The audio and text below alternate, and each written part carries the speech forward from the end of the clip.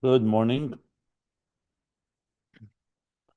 Hope everyone had a very meaningful Yom Tov, Rosh Hashanah, Chassidus, Yitzhak Kislev, Chav Kislev. So we are in Hemshech Ayin Beis. We are actually reviewing the conclusion. We're up to page 1421, but we came back here to volume 2 because it elaborates on the theme that we discussed there about the shemus and shame. There the context was Hoyehu Shmei Bolvad, Amayich Be'echad, Shmei Rabba, to understand what is the role of names, which clearly from the discussion so far is the first place, in a way, the first manifestation of godliness, in a way that we can call it an expression, a revelation, an expression, a manifestation, all the different words we've been using. And in that itself, there are levels, because a name itself is not necessary and is not in any way add to the etzem. Your name doesn't add, doesn't subtract, and yet it's your name. Same thing above. God's names do manifest godliness, but God above, of course, is above it all. So in that sense, a name has an element, like if you talk about an interface, on one hand it's a mitzias, on the other hand it's not a mitzias, because it's not coming from like for example, faculties in the human level. The faculties are concealed or embedded or completely not visible or discernible, but still coming from the soul. The name doesn't have that aspect as we've been learning. So derech mashal, so K'moy Kain on page 971, where we're up to 971. Yeah, he said K'moy Kain yuvel l'mayla be increased Hashem's v'ashvachin, that when we call God by a name like Chacham or Chazdan, it's even more distant because he doesn't have anything before. The human being, at the end of the day, a chacham is someone that has wisdom. It's just, except he's not, mindset is not there. He's not engaged in that. He's elsewhere, and you need to draw it out of him. And even though that's called a chiddush, but at the end of the day, it's not a complete chiddush in the sense that by calling him a name, you're not creating a chacham. You're not creating wisdom, period. You're evoking the deepest concealment, the wisdom that's completely concealed. Where it comes by Hashem, he says it's not just b'chinas gilui, it's be'etzem koydem hakriya einu nimtza klal chachma behelam, and the kriya does it. That's why we call it a mitzias lignuzis, that the hidden spheres don't have a mitzias. So in a sense, you could say by the mashal they do have a mitzias. The question is what mitzias means. Doesn't mean mitzias. Let's say koyach hamaskal is the mitzias of seichel, even though it's not. It's the gather of seichel, even though it's not actual seichel.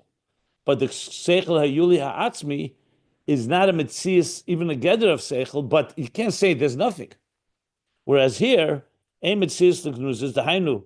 The way they are there's completely not a mitzias, but God basically created that they should become something as names that you can draw upon and you can identify. In other words, basically, God created an ID for Himself that we can interact with or relate to. So even though that the we is not existent yet, but as we're going to be learning, and we learned, this is God envisioning that we that will ultimately interact and have and serve God through halas man, and that's what He says. That's I'm summing up, as I said, the top of page 971, the new paragraph. So shekaydim akiri hu pasha betachlis gam behelam lo yimotze mitzias moket edus salim rather, and it only comes through the kriya and halas man. Then we continued. Shekomesh agilim in the helm nasa de halas man, k'meikin gam helm nasa be'isipam min ha'atzmus ha'poshet. So just like in the mashal, the human being, by calling the name, you're drawing out from the concealed to the revealed. By God, you're actually calling out from the etzem even into the concealed. Also requires that eliciting, and that's just as clear as ein mitzias klal, and they're only through halas man. Okay, that is, but when you say sfiris hagnuzis, it's plural. When you say shame, the initial shame is yachid. She explains. So he nesses sfiris him shame is pratim. So first comes the general concept of a shmoi, that there's the very theory of the said a concept of a concept of a concept, the archetype of an archetype, that is the concept of Shmoy, one singular name. This we learned as well in volume 3, more detail. Actually, Nivra Hayahu Shmoy Belvad. Doesn't say who v'shemes levad. There are no number of names. It's Shem, the very idea of an expression, and that Shem is higher than Shemes Pratim. And then from there, once you have expression, now it's a matter of coming to the next level of several expressions of different verbs. Chachema is not Chesed, but it's all still names, meaning it's all still archetypal and potential and capacity, or as I said, we spoke about the concept, and it's not yet actuality, but you see here in a subtle form the evolution, the steps, the process of how it's coming from complete pshitus, beyond name, even a single name, the name to then to specific names. And continuing on the summary, V'yesh leimer, he said, Shazel Mashabein said, Baruch Hu yesh mokim, k'sheyikru b'shem chacham v'chesed yisav v'sagnuzes. So what is the Shem Kloli? What is its role? Its role is to create a space, to create the very concept that there will be names that you can call upon. So even though you don't have any specific names, but if God doesn't have any name, meaning he doesn't even relate to a name altogether, then what are you calling upon? There's nothing to call. So Shem creates what he calls Nesinas Mokim. We discussed that in volume 3. He spoke about the Nesinas Mokim. He creates that space.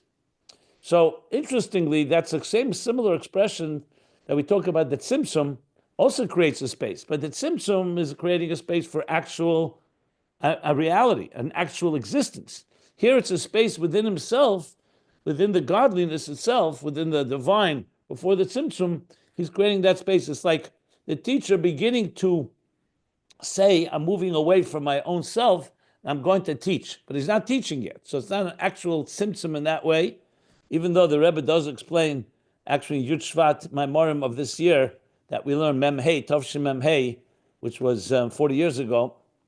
The Rebbe speaks about the Tzimtzumim before the Tzimtzum addition, and this would go into that type of category. So it's not an actual Tzimtzum as in concealment of light, because you don't have that state yet, but conceptually, it's the step from Atzmus to Shmoy, from Hu to Shmoy. Okay. So that's Yashleimer, Mashem Mashmokim Shakshayikra B'Shem Chachmeh, Yisavas Agnuzes. And here he does compare it back to the human, the same idea, that the fact that we talked earlier, remember we said, if you call someone by name, you're drawing out Chachmeh, even though he's completely not Mukhan, he's not even ready to go there, but he is aware that he's capable. So the we're capable, he's comparing to this state of Shmoy. So in other words, you don't want to leap from Etz Atzmus to Shemes Gnuzes, plural. The first step is from Hu to Shmoy. Like, in other words, what we call awareness, at least, that you're capable. And then once there's awareness, now the names will call out the specific functions or attributes that we're Chachma, Chesed, and so on. Okay, I think that's where we stopped. Yeah, that's where we stopped. Around halfway down, page 971. Okay, ready to continue? I'm sure if you have questions, I have no problem answering any questions right now on what we learned, but bear in mind, we're still in the middle of the topic, so there may be some topics that you may want to have answers to that the Rebbe Rashab himself is going to address. So the next section is going to go back to this whole quandary that we were addressing, God envisioning it, envisioning what? The Avodah Sa'adam. And in turn, there's no Avodah Sa'adam yet. So all this is like all happening before it happens, so to speak.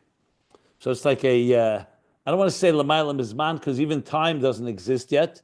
There's no structure of time, not even conceptual time.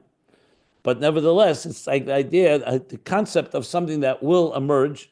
But most importantly, the way to really understand this is, as I've said, it's about a relationship with God himself. Not just as God is associated with us, meaning God as a builder or as an artist.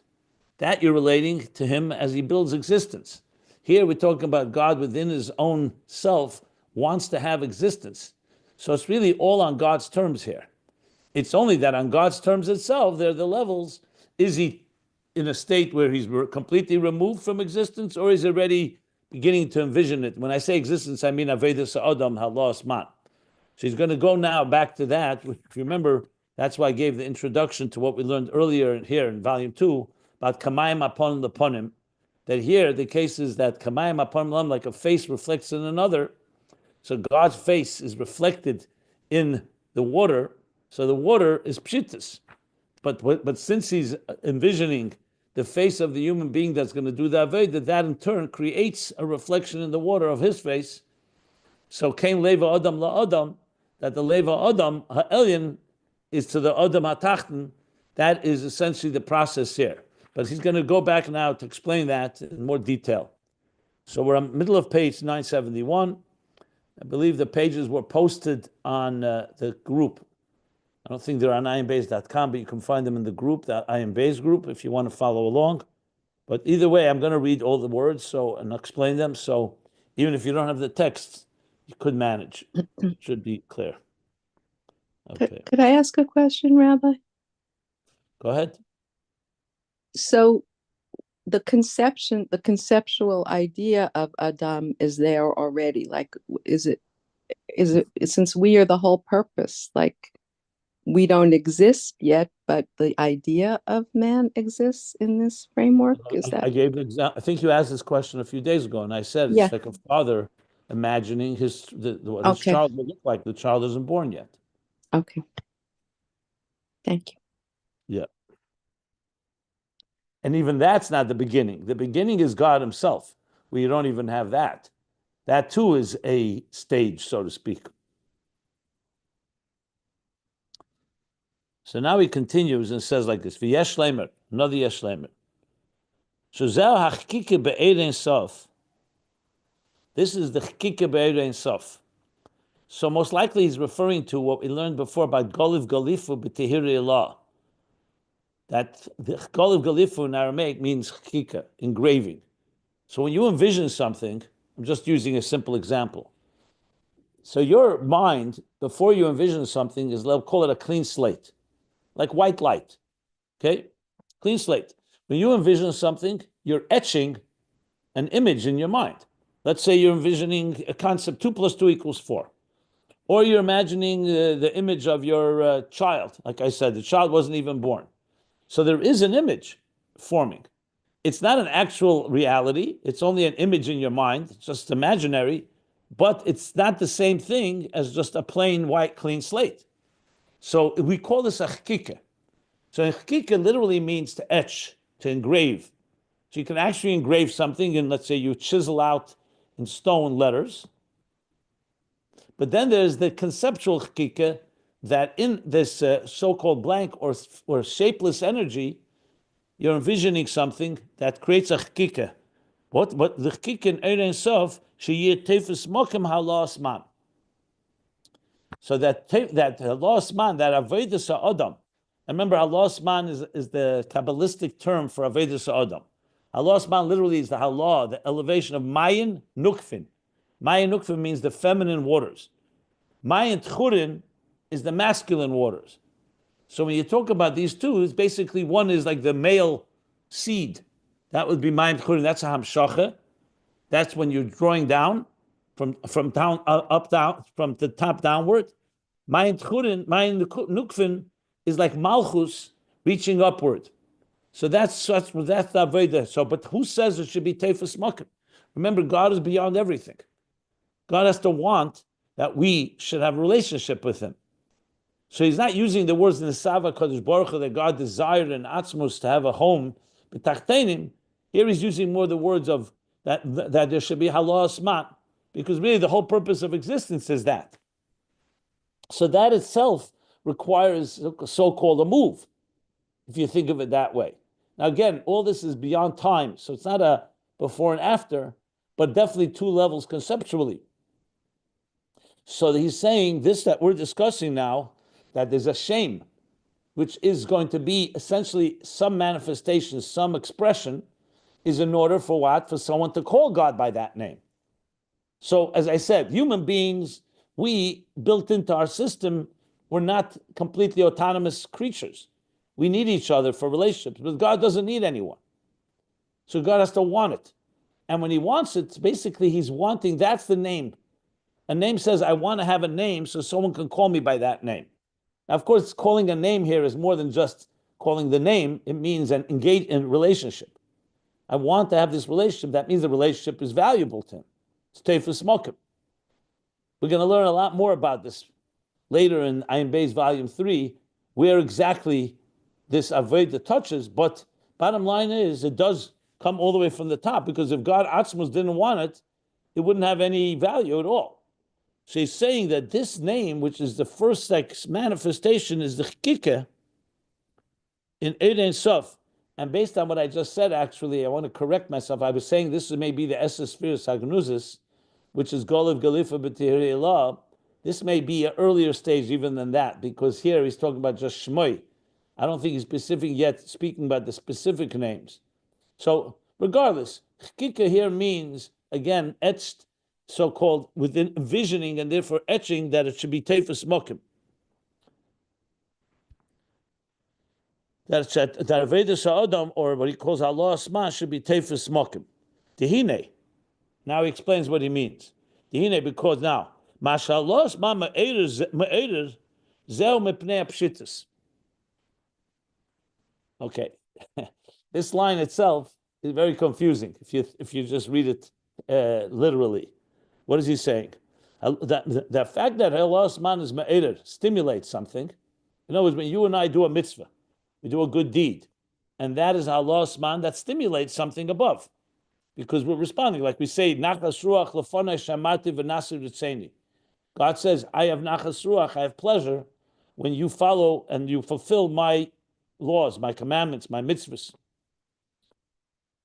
So in other words, our avodah is not just for ourselves, it's actually stimulating something.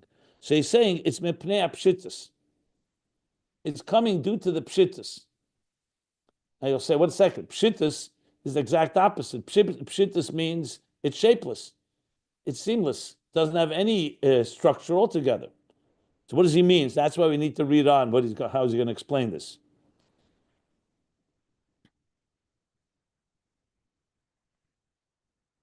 U'kamoshin is bar le'il.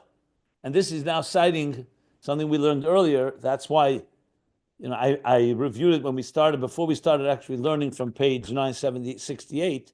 I went back a few pages from 964, 965, especially 965. Kamayim aponim leponim. So he's referring back to that. So let's read what he says about that. Commission is bar le'il dibra maskel Ayin Beis. Ayin Beis is the previous mimer, I believe. Let me make sure. I'm sure it is. Yes. The previous mimer. Remember here, there are no more chapters. Earlier in Ayin Beis, when he would refer to something earlier, later the Rebbe Rashab added chapter numbers. Here he's just referring to Maimorim because there are no chapters, just for the record. So what do we learn? But Moshel Hamayim. We learned about the example of water. He said, just as a face is reflected in water, a heart of a person is reflected in another heart. So Moshel Hamayim. The Mepnei Shein Chemer Zach V'Tzolol. So this means Mepnei Pshitas. Why is there a reflection? It's precisely because the water is completely refined and transparent. Zach V'Tzolol. If the water had particles in it, or was dusty, or was dirty, whatever, it wouldn't serve as a reflection. So it's the pshittus actually that creates the reflection in God, in godliness, I should say, from our Avodah. To put it in different terms, put it more in personal terms. When you love somebody, if the person you're loving and you're extending love to is distracted, or something is bothering them, or their ego is dominant, so when you show love to them, it's not going to necessarily be reflected because they're busy with other things. I mean, maybe if you push it, you could still get the love back.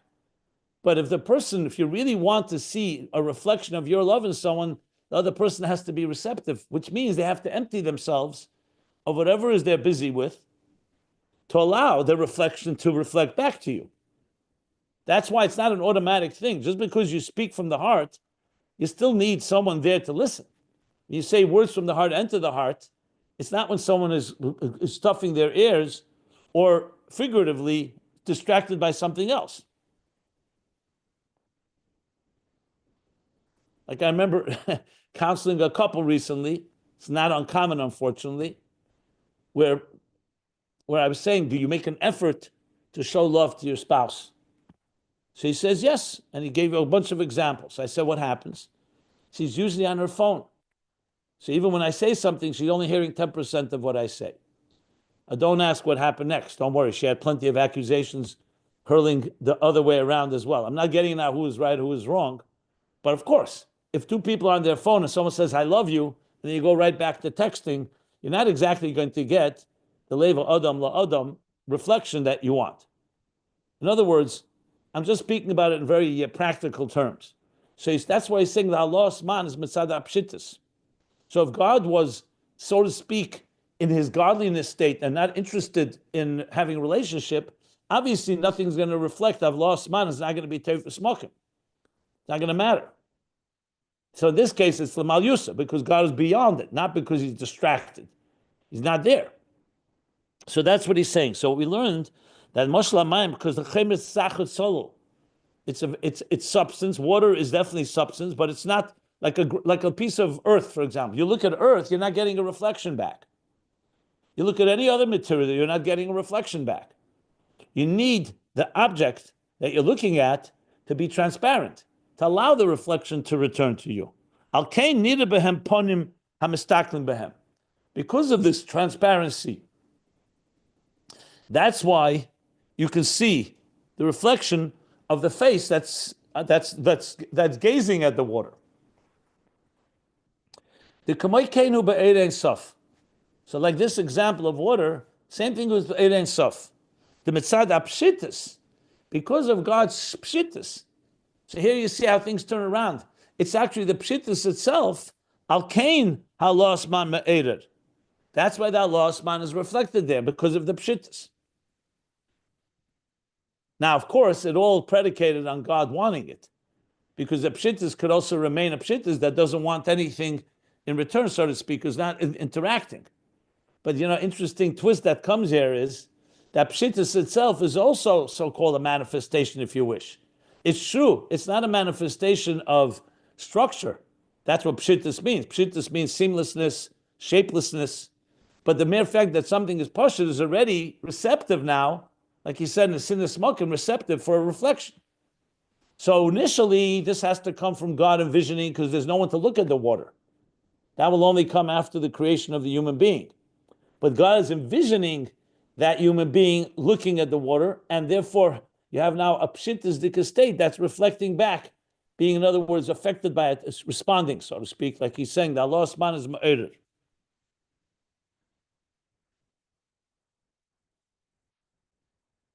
So this is a very, very profound piece, obviously, in understanding the very earliest origins of where Avodah Sa'adam begins to so-called take hold, if you wish, and the example of water. And we're talking here, Lifnei Tzimtzum, so it's a state of pshitis, but that very pshitis, when Shmoi emerges, Shmoi is that concept of an expression, which is essentially like the face, the potential face looking in the water.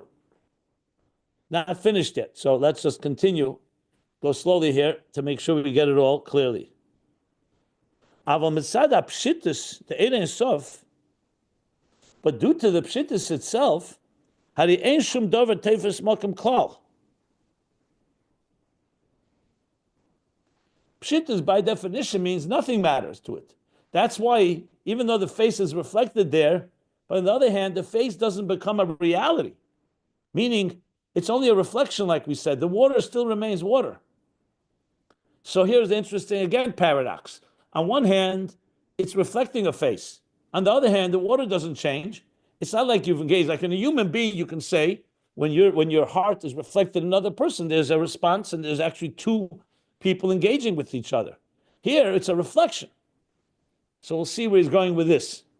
So the Aber mitzad apshitus, he says, in other words, without the reflection of the face in the water is a state of pshittus, a state of shapelessness, seamlessness. That's completely balzehu hachkike be'ein sof. And that's why you need something to cause the state of pshittus to be so-called ready to receive a face. That's the chkike be'ein sof. That's a particular level. That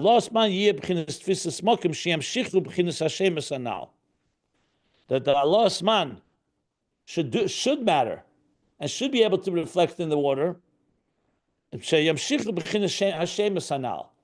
they should in turn be able to draw down the shemus.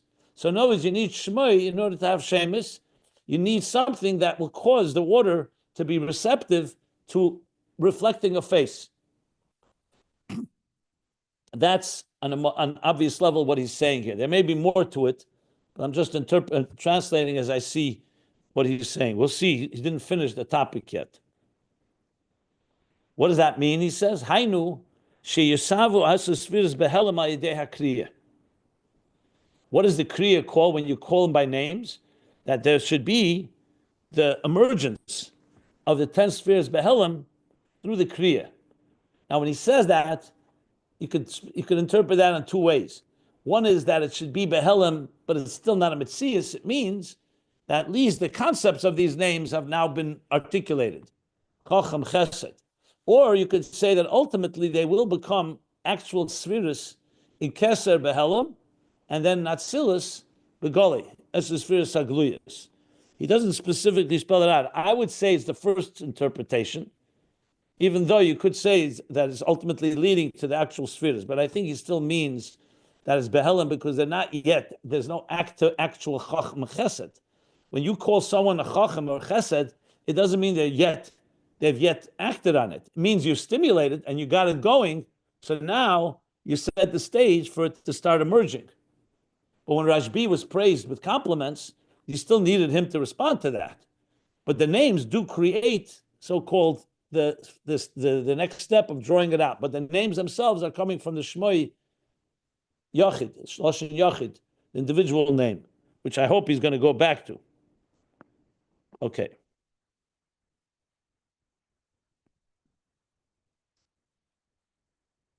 If you allow me, I'll read a few more lines because I want to get as much of the picture expressed as much as possible, and then we can stop and analyze and questions and whatever else we need to do. So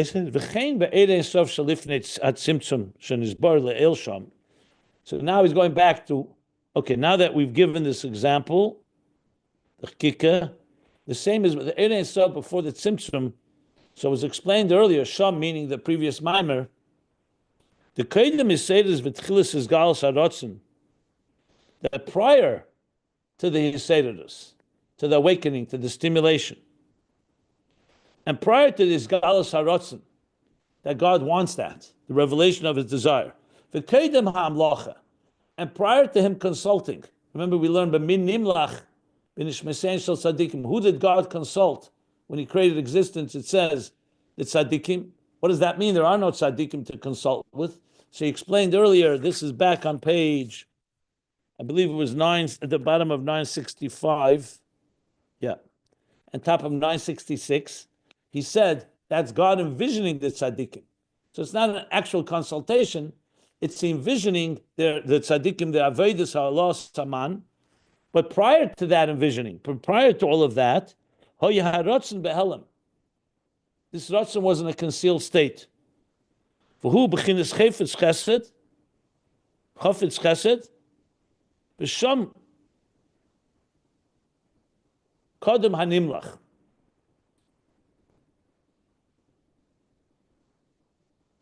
This is so it comes one state before.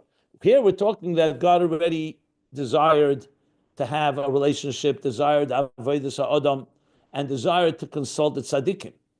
Before that, the only thing you have is God Himself. And God Himself, He says, that Ratzon's element, it's only coming because of a Chofetz Chesed, because that's what He desired. So His desire precedes. And that means Risham Kodem Hanimlach. Hanimlach is the one that's consulting. If I'm going to consult you, I come first and then I consult you.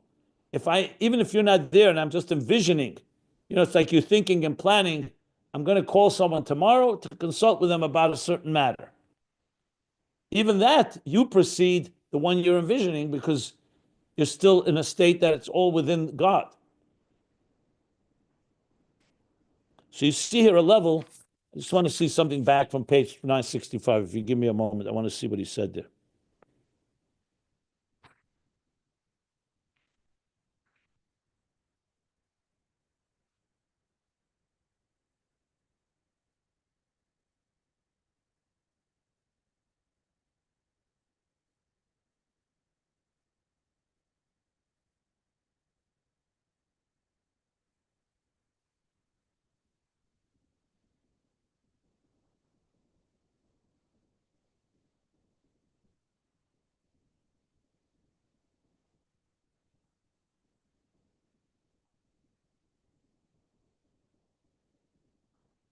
Okay.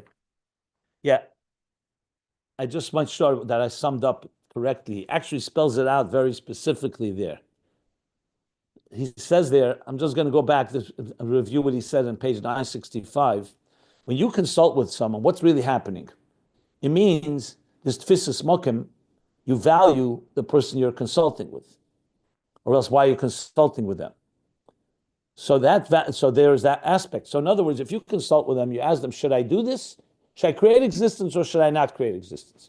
I'm just throwing that out as an example. So you're going to consult with them because you're interested in what they have to say, and you're going to follow what they say. If they say yes, you'll do yes. If they say no, you won't do no. That's in a normal human consultation. How does it work with God? So with God, once he chose to consult, yes, they have that type of value. But there's a level before he chose to consult. And there he's deciding that he's going to choose to consult. So he says that precedes everything. And that's coming not due to the consultation, that's coming due to God's pure chesed. He wants to be kind, and therefore he wants to have someone to consult with. In other words, wants to give value to the one he's consulting with, so their avodah matters.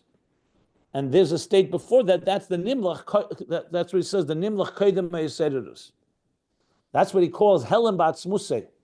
He doesn't say helam atzmi necessarily, just for the record, but he calls it a helam ba'atzmusei, like he says here, that's all behelam. The amratzen behelam, v'chinas Chofetz Chesed v'sham kodem nimlach. Okay, so the way you see here is that there's two states. There's one a pshitus, where there's no reflection at all, and then there's the desire that it should be a reflection.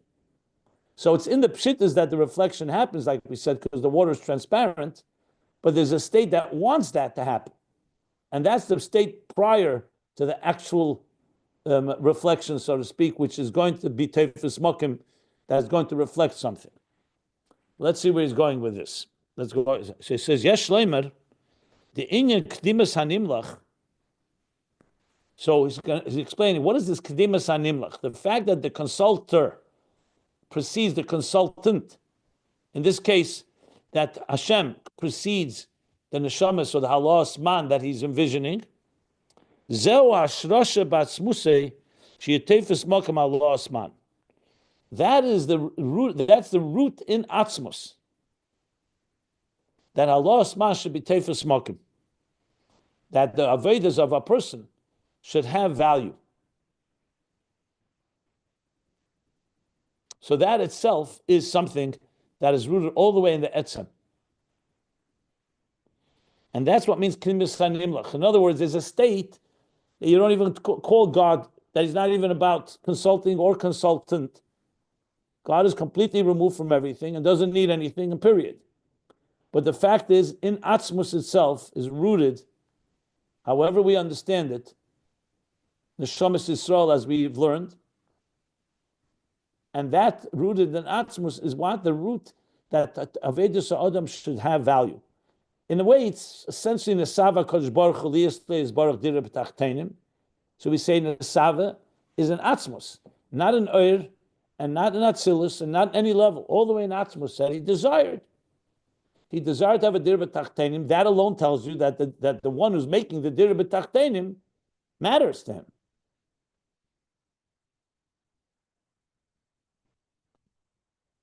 Okay.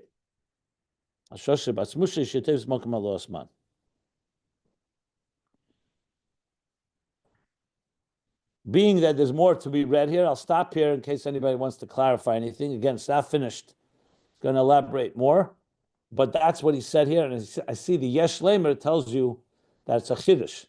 That means the Rebbe Rashab is adding this that doesn't say anywhere else. And even though the concept we've talked about, we've learned about it, but here he's spelling it out exactly what level is what. Any questions before I continue? It seems like there's a slight, if not more than slight, difference between the desire to have a dira, b'tachtonim, and the conceptualization of a mechanism for us to connect to God. One is about, I mean, at the end of the day, they are the same, because when we They're connect with exactly God, the same, just for the record. They're exactly the same. Kedir b'tachtenim means that we do our avodah to transform this world into a home for God. So I understand, but halasman, in its like purest Kabbalistic form, the notion is union with God. Not necessarily. No, halasman means that our avodah, whatever that avodah is, matters to God. I thought it's a matter of by arousing our desire for God, we draw, that's from below, and we draw down God's interest in us. So he takes an interest in us, and it creates a union. You make a distinction that he did not make here. Halasman is a very broad term for everything, for all avodah from below. So in a sense, the Don't very take it too literally. Is connecting tachtenim to God by making a home for him here. It's like building a mishkan. So in broad terms, it's true. Yeah. He doesn't bring the Sava Kodesh Baruch Hu, and I always make an emphasis on things that Rebbe Rashab does not bring. I brought it because just to give context. But if it's confusing you, then don't use that, because he doesn't say the Dira Tachtenim. If you think, to me, it's all one big picture, but it's fine. If it's confusing, then don't then disregard my commentary on that. No, at the end of the day, I think they're the same thing. But anyways, thank you. Yeah.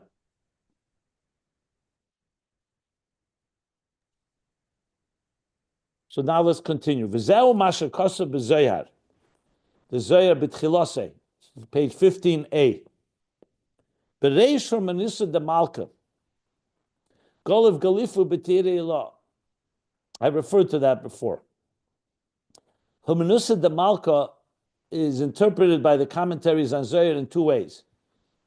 In the beginning, when God gave Hurmonisa from the word Reshus, it's like a God, the king, granting permission, or Hurmonisa is interpreted as Ratzon. In the beginning of when God basically desired to create. So the Zohar says when that took place, again, it's not a time thing, it's conceptual. So Golif Golifu b'tirei law, very cryptic term. He means he engraved etchings where in the level called Tehirei law. Now you may recall we learned this in Ayin Beis volume 3 that Tehirei law can be referred to Ak, could be referred to Primius Ak, but Chassidus also interprets it before the Tzimtzum. So Golif Golifu, that's a chkika. Golif Golifu means chkika, etched. Now again, this is all conceptual, but now he's explaining that's the meaning of the Zohar based on what we just learned. That what? Pirush. You see, Hurmonisa de Malka, Reshus v'Ratzon, he brings both interpretations together. Hurmonisa de Malka is the permission and the Ratzon. So in other words, God has to desire it. It doesn't happen automatically. To Reshus v'Ratzon, Hamelach, the king's permission and desire. Kisha'ola b'Ratzon HaPoshet livrei. When it arose in his shapeless, seamless desire to create. And Ratzon HaPoshet. because it's not like there was something there before. Meaning it wasn't like ready to be revealed. The very concept of Golif, Golif b'tirei is a chiddush. And that happens after this desire arises, livrei, to create. V'hu kamaimer. This is like it says another place in Zayar. Kad solik beru'usa lemivra alma. When, kad is when, in Zayar terminology. When solik, when it arose, beru'usa is in Aramaic ratzon. Lemivra alma, when it arose in his desire to create the world. This is what we look at. Ola b'ritzeinei. Say, aleisa ratzon. Remember, koydem aleisa ratzon, aleisa ratzon. But this is already a state that is manifesting that God desires existence. I see there's something in the surface. I want to just look up what it is. There's a note here the Rebbe Rashab wrote. What page are we on? Tov Tov Kufay and Aleph. Yeah, he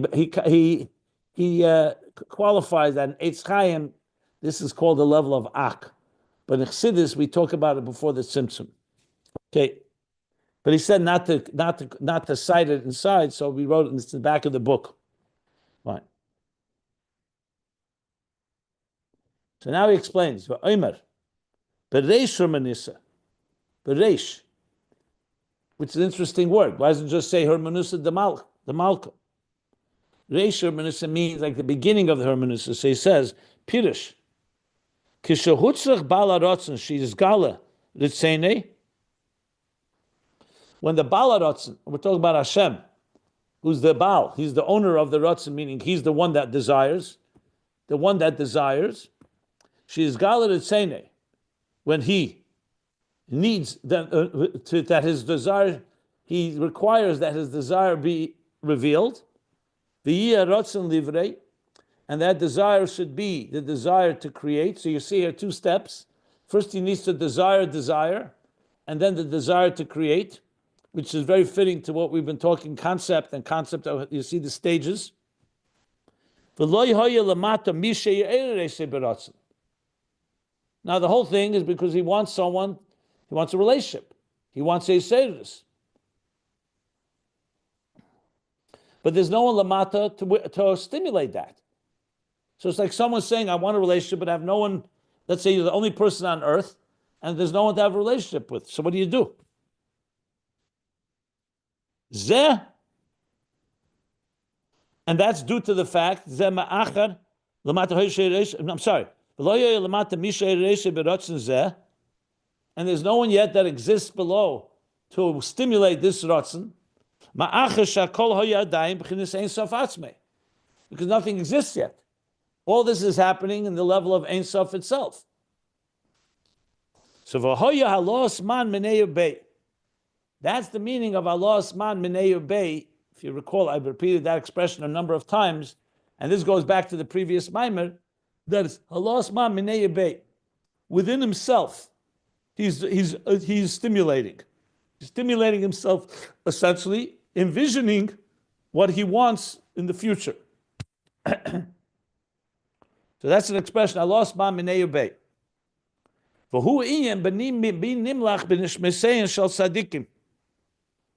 And that's what it is. Who did he consult? The neshamas of tzaddikim, but there are no tzaddikim. There's nothing yet. It's all Ein Sof Atzmei. All of the fun of Yisbarach, it arose before God's, you could say, envisioned, Masha Osid, Lisani b'nishmesein shel tzaddikim, ba'aveda shalehem b'mesiras nefesh u'b'kim ha'teira mitzvahs. What in the future is going to take pleasure from these neshamas of tzaddikim in their avodah, their work, in their service, mesiras nefesh, with total sacrifice, u'b'kim ha'teira mitzvahs, and the performance of teira mitzvahs. So all this, since there's no one to awaken, it's all coming. God is envisioning it all. Zeh ha'enig, and this pleasure, the closest thing we could imagine, we can't really imagine this because none of us are completely that autonomous and independent. We always have a need. So even when you have a need, even if you don't have it yet, you still have something within you. Here, you're talking about God completely desiring it on his own. But you could use the example, like I said, a father envisioning what his child is going to look like.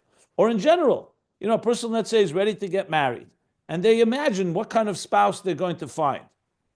All that can give you pleasure. In other words, the pleasure can come when you actually find what you're looking for. But it also can come from when you imagine it and you envision it, and especially in the case of God, that he's not just fantasizing. He says, Zeh einig, this pleasure of envisioning, Ola b'bchinas halah asman, that itself, it's not Allah asman from an actual Avodah because there's no tzaddik doing Avodah yet, but that einig that he now has so-called envisioned, the pleasure he will have, that itself is now called halah asman minei ubei. So zeh ola b'chinas halah asman lefanov, she'idei zeh, you say that, but that's not pashut. And that will in turn stimulate in his shapeless desire, lahaitzel livre, to emanate and to create. So, as I said, you got to think it through in a very subtle way, because it's all coming within God. So there's God as he is before this happens. There's God envisioning the Avodah. That in turn creates Allah Asman, but all within himself.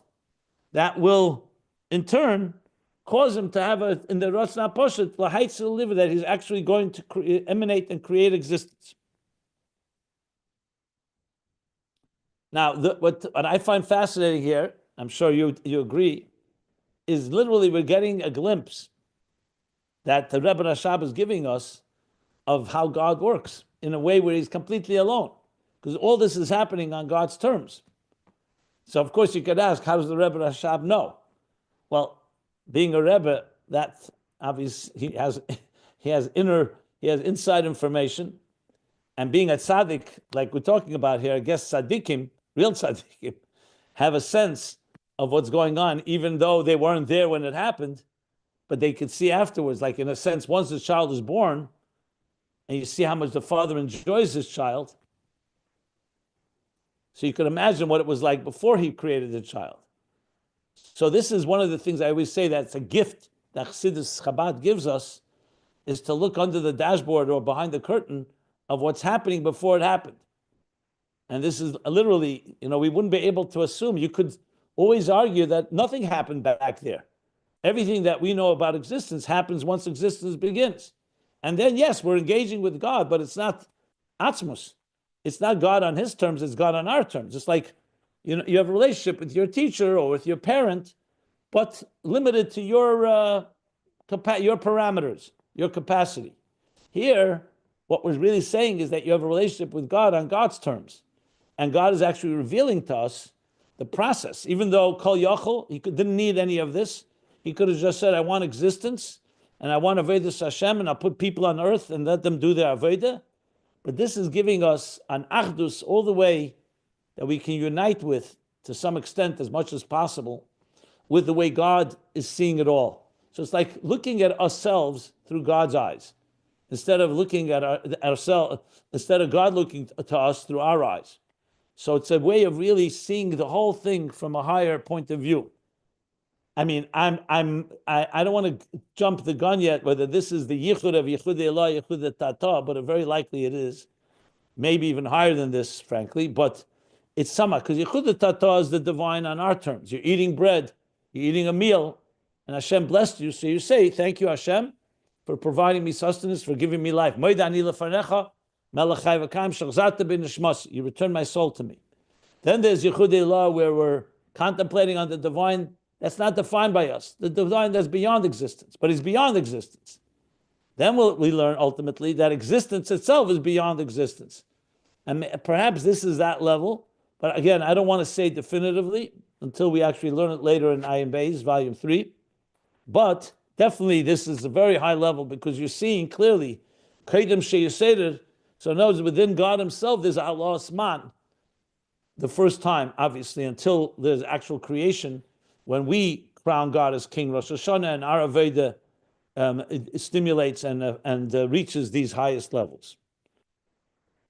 Okay, yeah, this is I could tell you a good few pages to mark up, and you can refer to back again and again. It's one of the only places you're going to find Chassidus to this extent, where he really analyzes those early stages of how things began to even be began this the concept of that God be stimulated or so-called aroused and so-called impacted by our Avodah. I don't want to use the word impact, may not be the right word, but the words he is using here. Not finished yet, but I'll stop again because this is quite heavy. Any questions? I have a question. I guess I've been meaning to ask this for many places, but it comes up here. So it's specific and general. The notion that the Eibishter gets tainug from the Avodah Tzaddikim, I understand the notion of complete bittul and selfless, such a selfless added perspective that it enables, the closest, most seamless connection between a need for a creation and God Himself. But at the same time, the neshama of a tzaddik is perfect, and God gave it to him. He would think that the Eibishter would get more enjoyment from a creation that struggles with the Yetzer Hara, that overcomes it, and desires to connect with God more as a matter. You asked this question a few days ago. Oh, wow. Okay. Well, I don't remember your answer. I'm sorry. The answer was, and also Rab Shlomo weighed in. When you say tzaddikim here, it means va'amach kulam tzaddikim. He's talking about all of us. Rishayim beinanim tzaddikim. He's talking about the avodah of tzaddikim. He's not talking tzaddikim versus non-tzaddikim. Avodah. And the goal is that everybody, mashbir neisei tehit tzaddik v'al Rosh in the beginning of Tanya. So he's talking here, essential tzaddikim doesn't mean specific. He means the general idea of people working to become a tzaddik. I see. Thank you. Rabbi? Yeah. Rabbi, I made from my understanding, and I don't mean to interject, but when I hear something from my understanding, I'll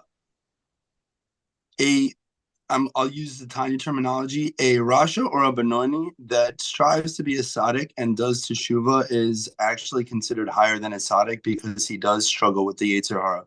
Am I correct? Yeah, but that's not relevant here because when he says tzaddikim here, he just means the process of being a righteous person. This is not tzaddikim versus Beinei Rasha. So this includes all the work that will be done by whatever level soul it may be.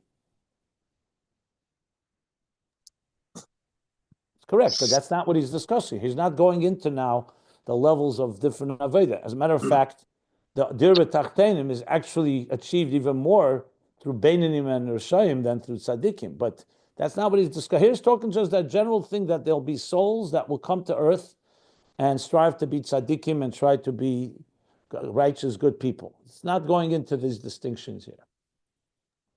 I wasn't going into distinctions, just what I was saying. I didn't mean to use terminology for my understanding that. Yes, it's correct. That's Tanya, but that's not what we're learning here. That's all I'm saying. What you said is correct. Oh, okay, but that's kind of what it's actually a Talmud. The Gemara says, "But Malkim Shabalit Shuva Emdim, the place where Balit Shuva stand, ain't Tzaddikim Gemurim Yechelim Lamed Sham. Even the most complete Tzaddikim Gemurim cannot stand it. Balit Shuva are higher than a Tzaddik." The Gemara says. So you're saying that's not what he's discussing here. That this is completely not relevant to anything that we're talking about here. He was talking about the general idea. There's nothing exists yet. God is envisioning existence. Why does He want existence? Because He wants them, the human beings, Adam and Chava, beginning with Adam and Eve, to create a home for Him. But then, of course, we have free will, and as a result of that, we could sin.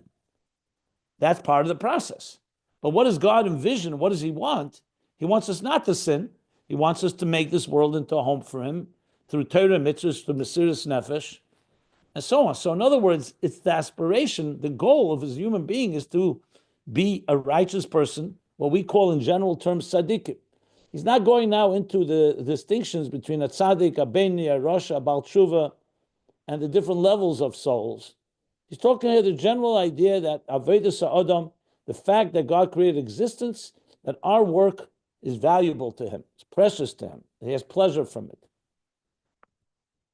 it. And this was the thing? This is the first thing? Is it the first? without God wanting to wanting it, it's not happening. It didn't happen by itself. What I'm saying, it means that it imbues us with this something. It imbues us what's called by existence. We exist because of this. No, more than that. This is why we're here. This is Yes. why God created a world, and that's why He put us in this world. He wants us to we have a mission.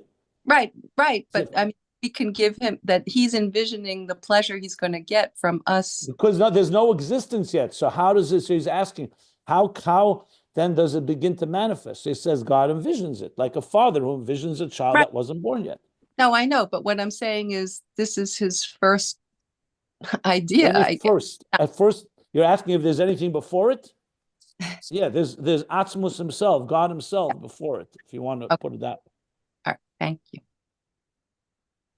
Yeah, how if God in his envisioned and consulted with the tzaddikim to create man, how come, so to speak, God neglected the advice that says in Gomorrah and Eruvin, when Beis Shammai and Beis Hillel discussed whether it would be better that man was created or not, and they concluded that it would have been better if man had not been created. Noechlo. So God didn't listen to the advice in the Gomorrah, so to speak. You have an answer for this? Well, I saw somewhere where it said the Alter Rebbe said something about the terminology is Noach versus Tov, that there's a difference between Noach and Tov. Yeah. So first of all, it has nothing to do with God, Nesava Kadosh Baruch Hu Liyasleis Baruch Dibrat Tachtenim, because the very fact that you could talk about whether it's more pleasant to be born or not to be born is not talking about whether it's more pleasant for existence to exist or not to exist. Shammai was saying life is very difficult in this world. He was saying the shamas in heaven is much more is more pleasant than the shamas below. He didn't say that God shouldn't create existence. That's number one. The Alter Rebbe says nuach means pleasant, but not purposeful. So Shammai and Hillel are discussing literally whether life is easy or not easy in this world. They're not talking about the very purpose of existence. The purpose of existence is that's why neshamas do come down below. Not because God is overruling. It's like you say, Yafasha Achas, B'tshuva Maisim Tevim Ba'elam Hazim B'kol Chaya Elam Haba. Shammai agrees with that. That's why he was down on earth and he did mitzvahs and he didn't, God forbid, take his life. Because he knew, Yafasha Achas, 1 hour of Torah mitzvahs in this world is worth more than the entire Elam Haba. On the other hand, it says, Yafasha Achas Shal Keiras Ruach. Again, like Nachas. Nachas Ruach Nivra. 1 hour of pleasure in Elam Haba is more than all the pleasures in Elam Haz. That's what he's referring to.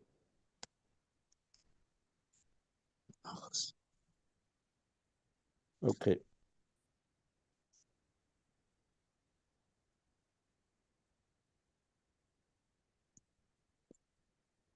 Continue on. Please. Okay. Well, Omnam.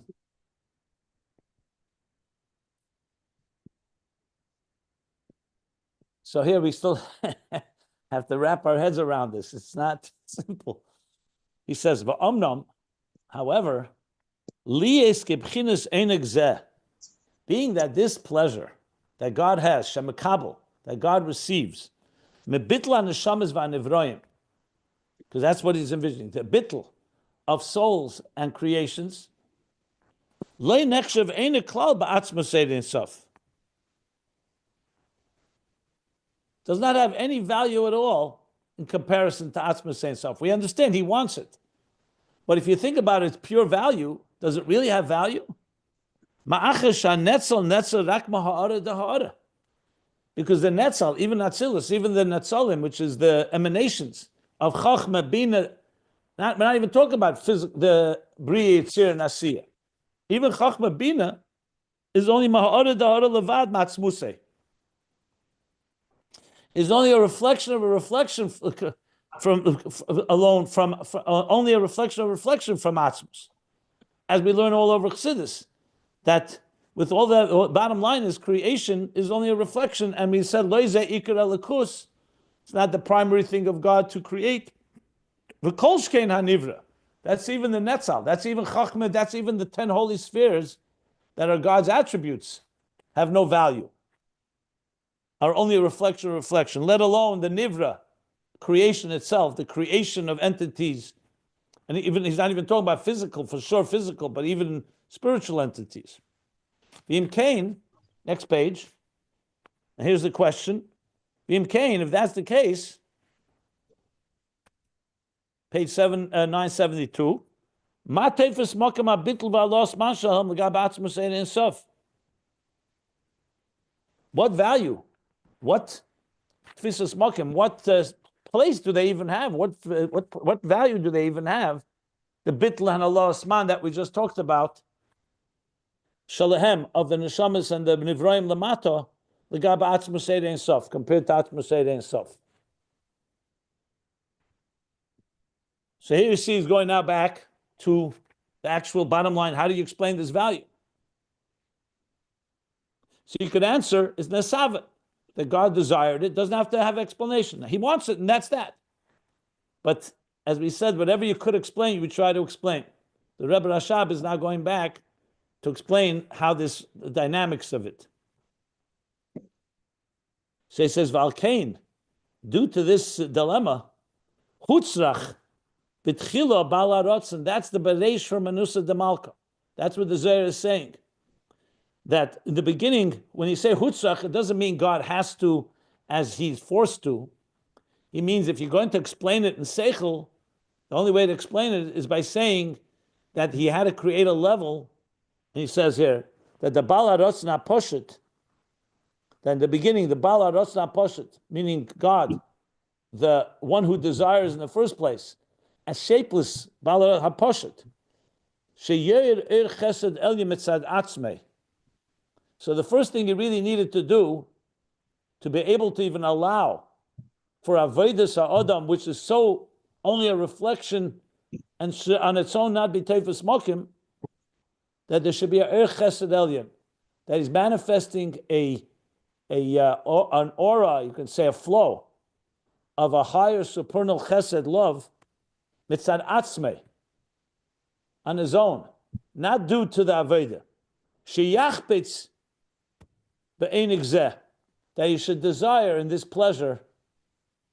Because if you don't have that, then you get to the dilemma, why should our Avodah, when we are completely inferior is not even the word, just a complete reflection of reflection, how would it be Tefes Malkim? So you have to have a level before, and that level is called Chofetz Chesed, that he desires on his own, that he should desire to have pleasure, the year nechshev be'enov, and that should have value in his eyes. So in other words, even though Nesava Kodesh Baruch Hu, and he desired to have a dir b'tachtenim, and therefore wants our Avodah, but to explain how something that is completely beyond us should want it, you add one more dimension, that is that he first emanated a chesed, a tremendous love. And that love basically says, that love says, now I desire to have pleasure even from something that is nivroim and a completely infinitely distant from me. And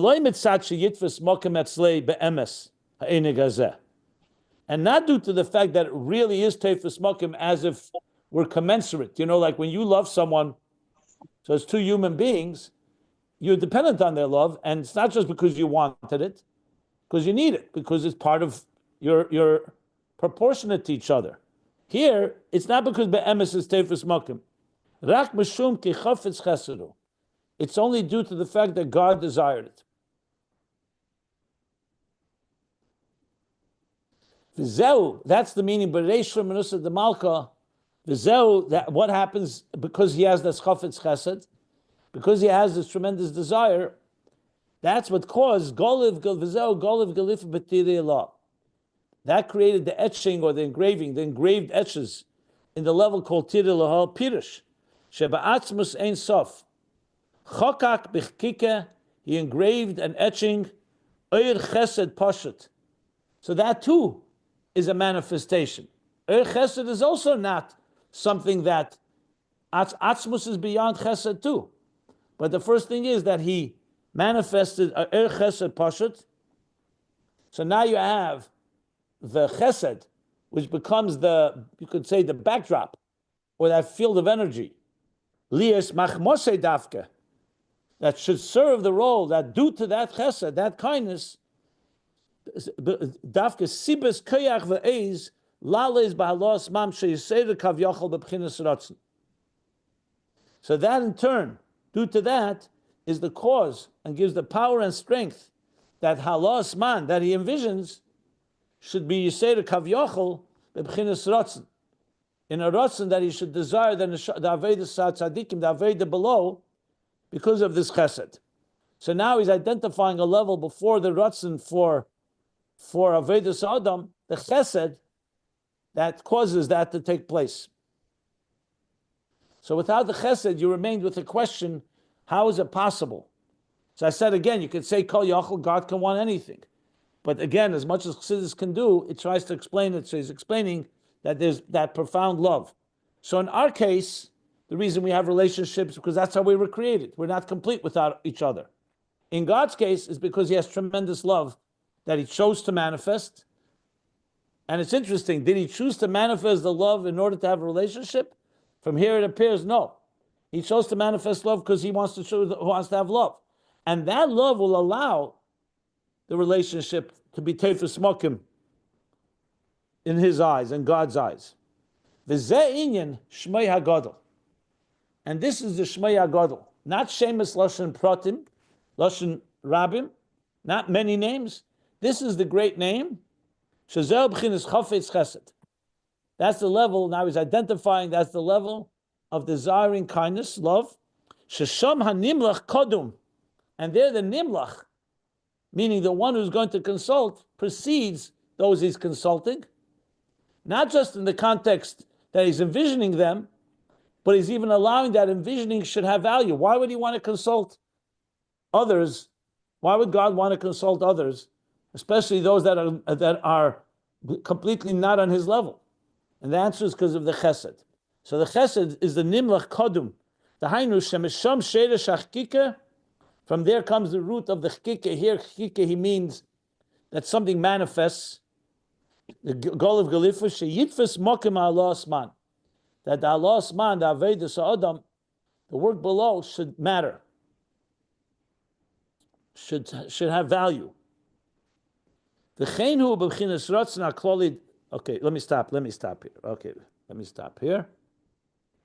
The next line is going down to lower levels. Okay.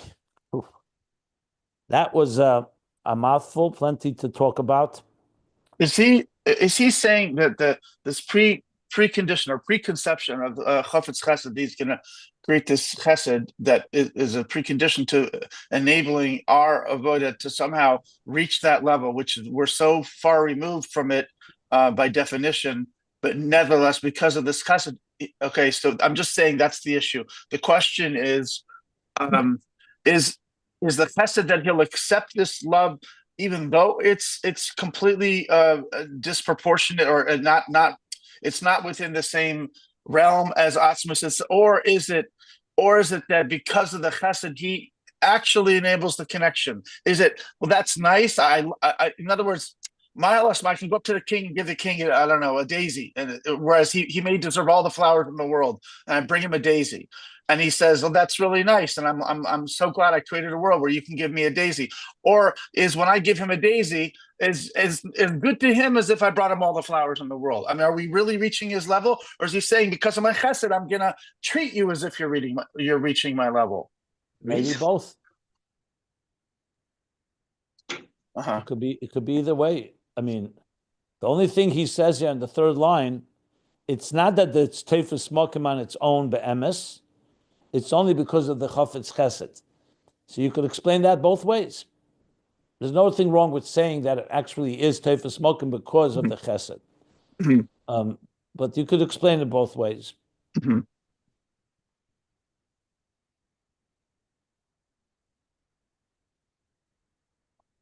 And probably in Avodah Adam, in our Avodah, as we climb one step to the next, we can go from one to the next. It could be one where if you want to experience the divine that's completely removed from us, So you focus more on the God that's completely beyond us.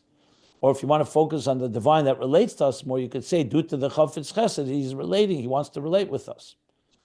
Relate to us, or relate with us. Mhm.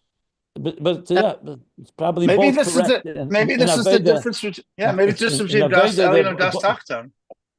I don't know about that. I don't know if I would use that term here, but it could speak about two levels. I'm not sure what levels they would be. I have to think about that more. Could it be fear? But let's keep that in mind. It could be that it may emerge when we learn volume 3. We may talk about it. I have to recall correctly. Later in Ayin Beis Cheli Gimel, we're going to get to more discussion on Tfisas Smokim of where our Avodah reaches and where it doesn't reach, the Leishanisi. But this piece is an extremely critical piece, because what he's saying really here, my understanding, is that you could have argued, going back to my discussion from the different Mukabalim, Kabbalists, you could say, you know what? Atzmus that's completely removed from us is off limits. You're never getting there. And then there's Atzmus, so-called, that wants to have Dir B'Tachtenim. Yes, it's rooted in very high levels. And that's what we have access to through our Avodah. By saying what he's saying here, he's really saying something very profound, that we have a relationship even with Atzmus on Atzmus terms, because he's introducing Chofetz Chesed. If he didn't introduce it, then you'd say, you know what? Okay, Atzmus, we don't understand why, and we'll never understand why should our Avodah, that's completely minuscule. I mean, it was Ha'ara da Ha'ara and all of that he discussed, Teifas Mokim. So God desired it. But you don't really have access to God on God's terms. But by saying Chofetz Chesed, he actually is saying he desired, not because he wanted it, not because he needed it, not because you really are commensurate or proportionate with him. It's because his Chesed created a whole new reality, that he should have a relationship with us, a real relationship. That's why, obviously, it's not just, you can't say it's just like the daisy is just feels good. It's only because God says, I'm going to value it like that. But it indeed is a true relationship. But what we do have now is access also. Remember, I keep always talking about the interface, that you want God on God's terms and us on our terms. How do those two come together? They seem incompatible. We could have a relationship with God. We could have relationship. What's that? We see we could have a relationship with God, but it's on our terms. Fine. Or a relationship with God that's on God's terms, but we're not involved. The fact that this Chofetz Chesed really means that God is introducing yet another dimension that's on my terms. I think he says, it's not really Teifas Mokim by me if you really talk about Atzmus, but you know what? My love has created a situation that it will be Teifas Mokim. Kavyachol, as he puts it. But so to me, it's really, he's introducing another dimension of God on God's terms with the Chofetz Chesed. And still, if you recall, he still called it at the end of page 14, but the last thing we learned on page 1421, I just want to see the language. The 1421, he said, is still called, here we are. Shmaya Atzmi, Kayach v'Yechelis, Shmaya Kol B'Atzmus Yechelis, and it's still called Tachteina Sheba Atzmus. He doesn't say that here. This level is still called Tachtein Shabbat because Leizeu Iker Elikus Masha Elam is Temishavim Imenu. Because it's not the Iker of Elikus that the world's created. I'm thinking now, does that mean that very level, that it's not the Iker of Elikus that God created, that creation is not the Iker of Elikus, and yet the Chofetz Chesed causes him to create. So it seems like in that, well, you have to say even the Chofetz Chesed at the end of the day is one step removed. That's why he calls it Golif, but Golif Golifu b'Tirei, because prior to that you don't even have a Chofetz Chesed.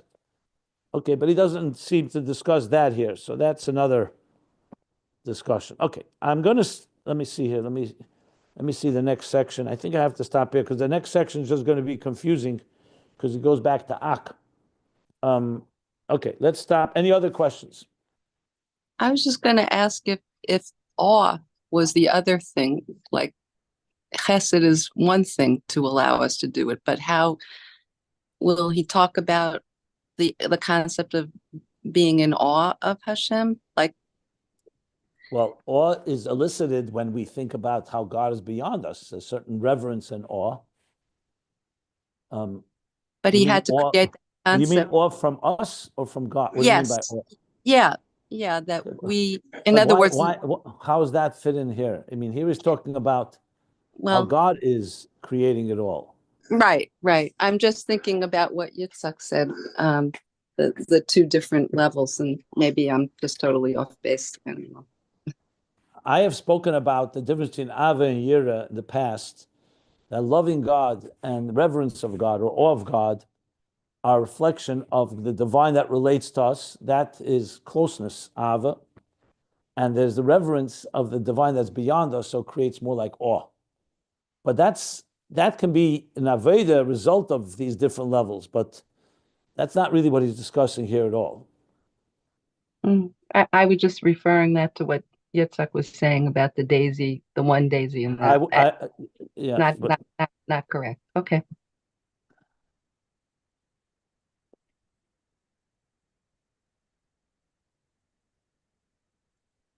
Okay. Any other questions?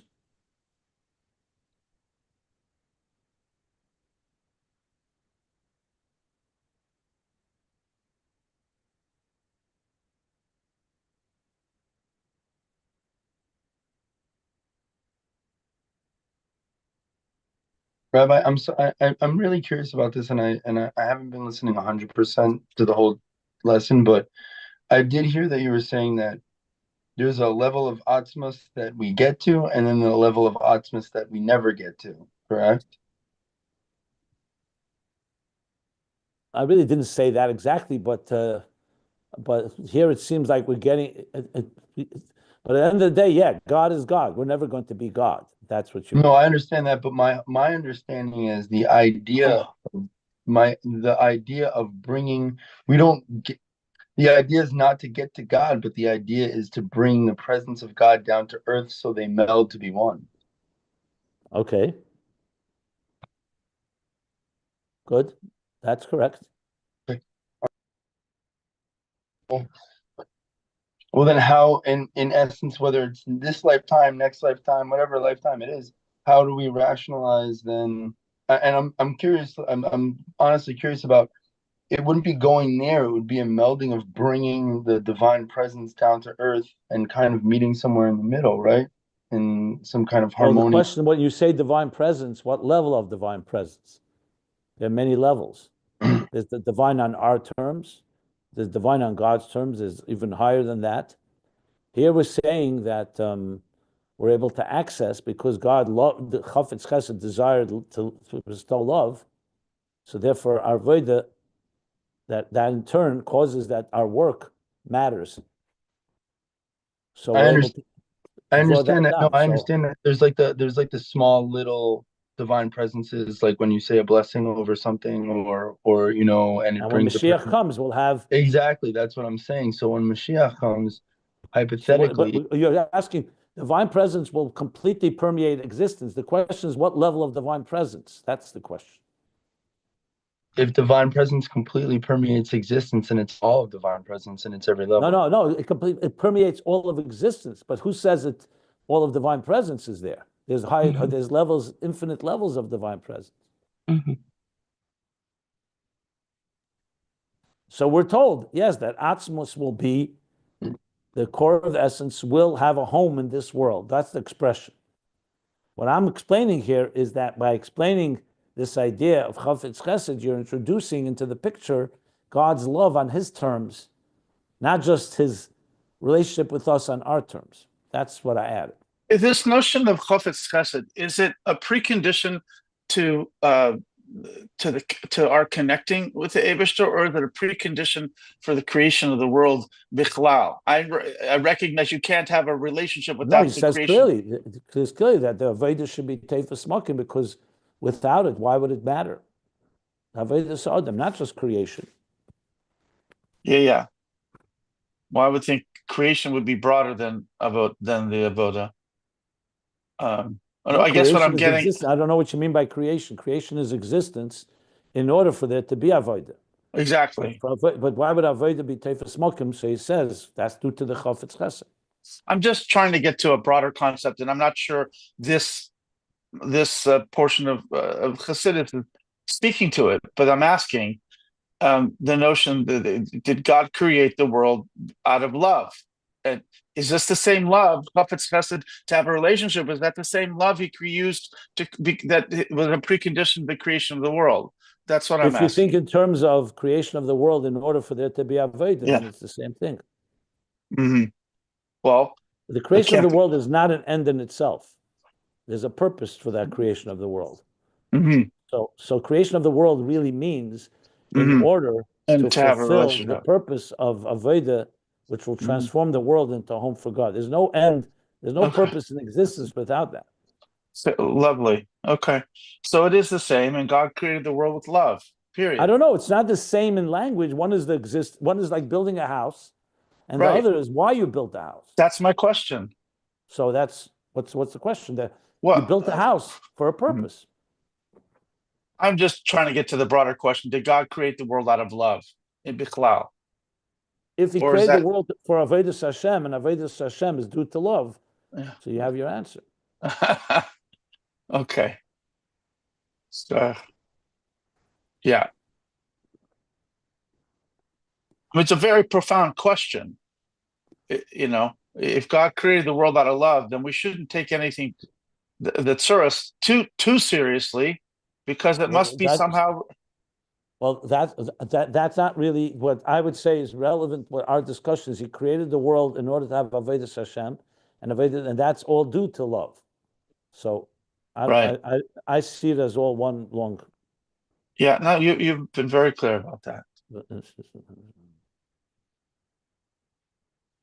Okay, so we're going to stop here, and I think that's it. I think I'm not going to continue more, because the rest is really going back to the discussion at Ayin Beis Volume 2, not so relevant to us.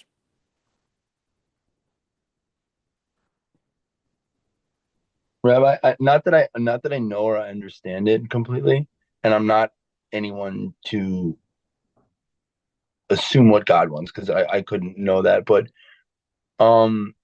if man was created in God's image and God's likeness, correct?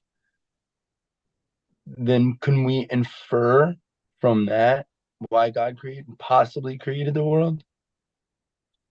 The question is, why did he create the man in God's image?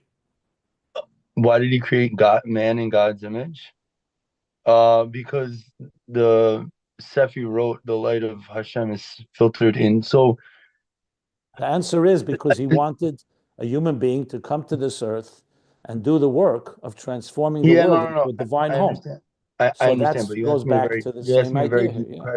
a very deep question, because like there's 4 levels of creation, and then there's 44 chromosomes and DNA. Anyway, that's besides the point.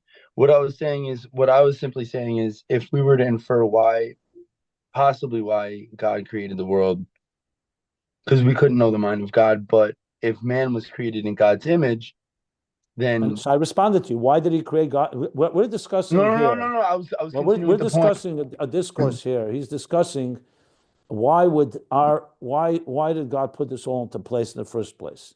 So he said because he wanted to have a human being who's creating the divine image to do the work.